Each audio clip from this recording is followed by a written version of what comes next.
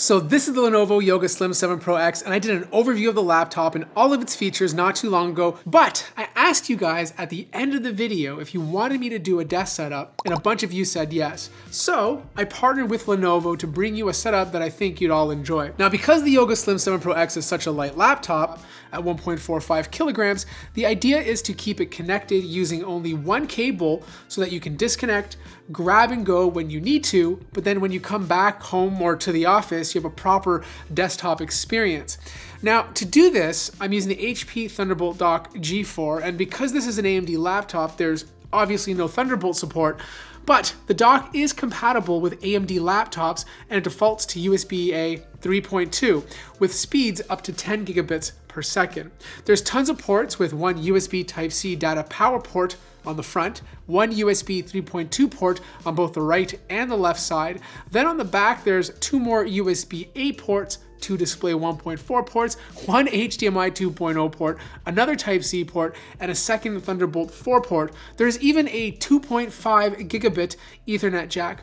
The only thing that's truly missing is an SD card slot, and I would have loved to have the front cable be removable and not stuck to the dock, as I like to keep all the cables behind it.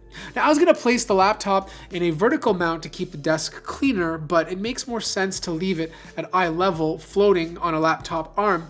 By having the display always open, I can take advantage of the Full HD IR camera for conference calls and Windows Hello to log me in. But I'm impressed. I have it connected to a 5K MSI Prestige 34-inch ultra-wide monitor, and the performance has been solid. The NVIDIA Studio RTX 3050 GPU has been fine-tuned and optimized by Adobe for faster performance in both Premiere Pro and After Effects. In fact, I compared it to a couple of other laptops. Whatever Adobe did to fine-tune the Yoga Slim 7 Pro X, they did an exceptional job. Personally, I use DaVinci Resolve to edit video, and I actually edited this entire video on it. Timeline scrubbing was smooth. It did a good job of handling multicam footage, and the render times were quick. The Yoga Slim 7 Pro X has 32 gigabytes of DDR5 memory and a Ryzen 7 6800HS with really good multi-core speeds, but the combo of using an AMD processor and NVIDIA GPU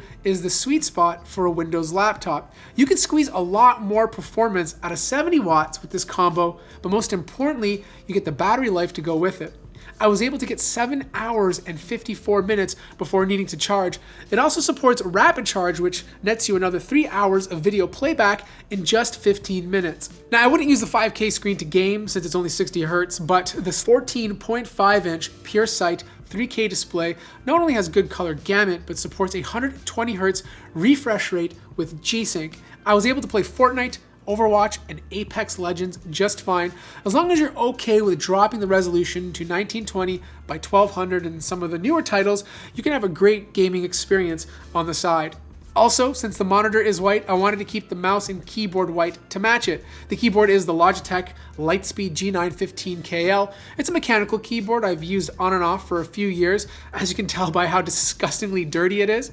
I enjoy using it for both productivity and for gaming, and it works perfectly with both Mac and PC. The mouse is a Razer Viper V2 Pro. It's one of the lightest gaming mice you can buy on the market today. The Viper Ultimate, its sister, has always been my favorite, and this is just a slightly lighter version of it with a few less features to make it lighter and a higher price tag.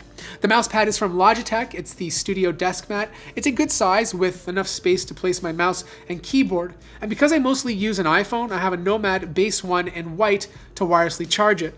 All the planters you see on the desk, plus the headphone stand, is from Grovemade. They make these beautiful wood products that look clean and classy. I opted not to include speakers in this setup since I have the laptop open. For external sound, I just use the upward firing speakers. There's 2 of them. They sound good and support Dolby Atmos. But when I edit a video or need complete silence, I opt for headphones. I'm temporarily using the Apple AirPods Max, but as soon as the Sony XM5s come in, I might switch over. I love the AirPods Max, but I just find the Sonys are better suited to use with a variety of different devices instead of ones only by Apple. The one thing that really surprised me though is how quiet the Lenovo Slim 7 Pro X gets when it's under full load. You gotta understand, Most other laptops with a dedicated GPU sometimes goes over 50 decibels. The Pro X stays in the 40s, which is really impressive. Lenovo put a lot of custom tuning into this laptop to make it quiet, dynamically adapting between the CPU and GPU depending on what needs more power, and includes a good thermal system that keeps it quiet and cool.